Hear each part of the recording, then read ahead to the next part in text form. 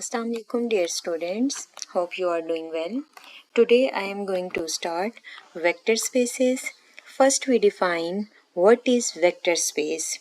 A vector space or linear space is a non-empty set V together with two operations vector addition and scalar multiplication that satisfy certain axiom. A vector space is also called linear space is a non-empty set V. V is a non-empty set together with two operations vector addition and scalar multiplication that satisfy certain axiom. Let V be a set. V is called a non-empty set. V is called a vector space over a field F.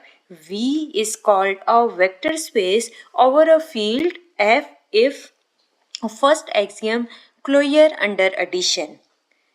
आपके पास जो first axiom है वो आपके पास क्या है कि V is called a vector space over a field F. First axiom closure under addition, closure property under addition if U, V belong to set V.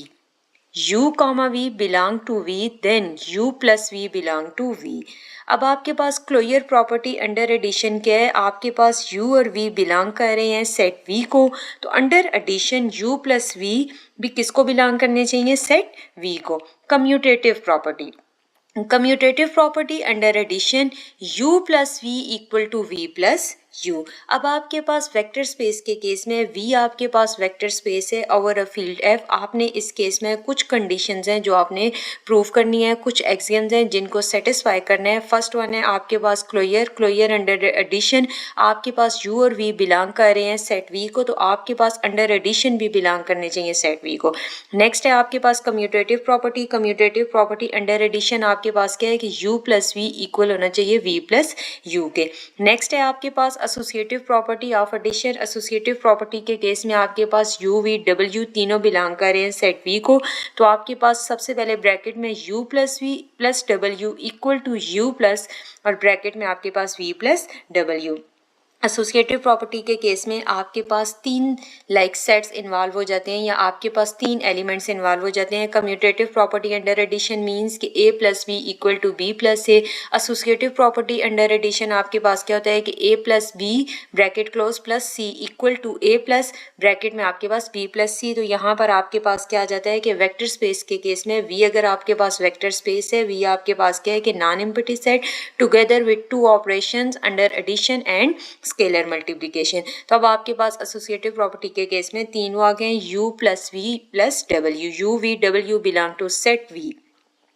Next है आपके पास existence of zero vector. There exist zero belong to set V such that V plus zero equal to V. अब आपके पास क्या है कि existence of zero vector आपके पास जीरो किसी भी सेट में आपके पास ऐड किया जाए या सब्ट्रैक्ट किया जाए तो वो आपके पास क्या होता है कि equal to original set U zero belong to V such that V plus zero equal to V. Next है आपके पास एग्जिस्टेंस ऑफ एडिटिव इनवर्स. अब आपके पास एडिटिव इनवर्स के केस में आपके पास क्या आ जाता है कि for each V belong to set V there exist minus V. अगर आपके पास V जो है बिलोंग कर रहा है सेट V को, तो आपके पास इसका एडिटिव इनवर्स भी आपके पास बिलोंग कर रहा होगा सेट V को, like there exist minus V such that V plus into minus V equal to zero. Existence of additive inverse के केस में आपके पास जो एलिमेंट बिलोंग कर रहा है सेट V को, तो आपके पास उसका एडिटिव इनवर्स भी बिलोंग कर रहा होगा सेट V को. और आपके पास एग्जिस्टेंस ऑफ एडिटिव इनवर्स के केस में आपके पास फॉर एग्जांपल अगर एलिमेंट U है तो आपके पास माइनस U. जब आप अंडर एडिटिव इनवर्स उसको आप सॉल्व करते हैं तो आपके पास इक्वल टू आ जाता है जीरो वेक्टर के. Closure under scalar multiplication. अब आपके पास closure under scalar multiplication C आपके पास बिलोंग कर रहा है, C आपके पास एनी स्केलर है और ये आपके पास बिलोंग कर रहा है F को, और V आपके पास बिलोंग कर रहा है वेक्टर स्पेस V को. देन CV दोनों का आपके पास जो प्रोडक्ट है वो किसको बिलोंग कर रहा है? V को. C आपके पास क्या है? Any scalar. Distributive property. Distributive property के केस में आपके पास क्या है कि C into U plus V. अब आपके पास क्या है? Distributive property of multiplication over addition addition, तो आपके पास सी क्या है कि एनी स्केलर है सी यू प्लस सी वी। और डिस्ट्रीब्यूटिव प्रॉपर्टी ओवर स्केलर में क्या आ जाता है कि यहाँ पर आपके पास C V plus D we. अब यहाँ पर आपके पास ओवर स्केलर में आपके पास सी और डी दो स्केलर हैं, वी आपके पास क्या है कि वेक्टर स्पेस है, वेक्टर है, तो आपके पास C V plus D V. यहाँ पर आपके पास सी स्केलर था, यू और वी आपके पास वेक्टर्स थे। तो डिस्ट्रीब्यूटिव प्रॉपर्टी ऑफ उस केस में आपके पास distributive property of multiplication over addition का केस आ जाता है, यहाँ पर ओवर स्केलर। तो इस केस में आपके पास C V plus D V. Next है आपके पास एसोसिएटिविटी ऑफ स्केलर मल्टीप्लिकेशन। अब यहाँ पर आपके पास क्या है कि एसोसिएटिविटी ऑफ स्केलर मल्टीप्लिकेशन में सी भी आपके पास स्केलर और डी भी स्केलर है, तो आपके पास C into D V equal to C D, दोनों आपके पास स्केलर है, इंटू वी, वी आपके पास वेक्टर है। नेक्स्ट है आपके पास identity element of scalar multiplication. Identity element scalar multiplication के केस में आपके पास क्या होता है, हमेशा वन होता है। Identity element of scalar multiplication, तो आपके पास one into V equal to V into one which is equal to we.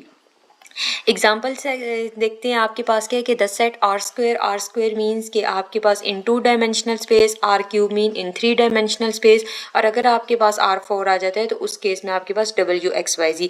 अब आपके पास क्या है कि the set R square is equal to X Y such that X Y belong to real number R with usual addition and scalar multiplication is a vector space. आपके पास usual addition और scalar multiplication के case में ये आपके पास vector space है।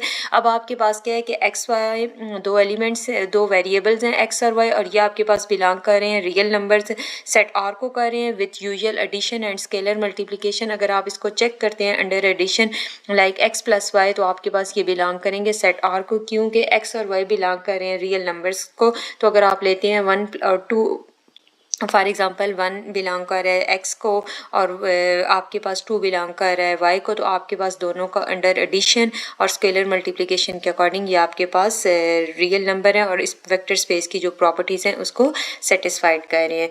Thank you so much.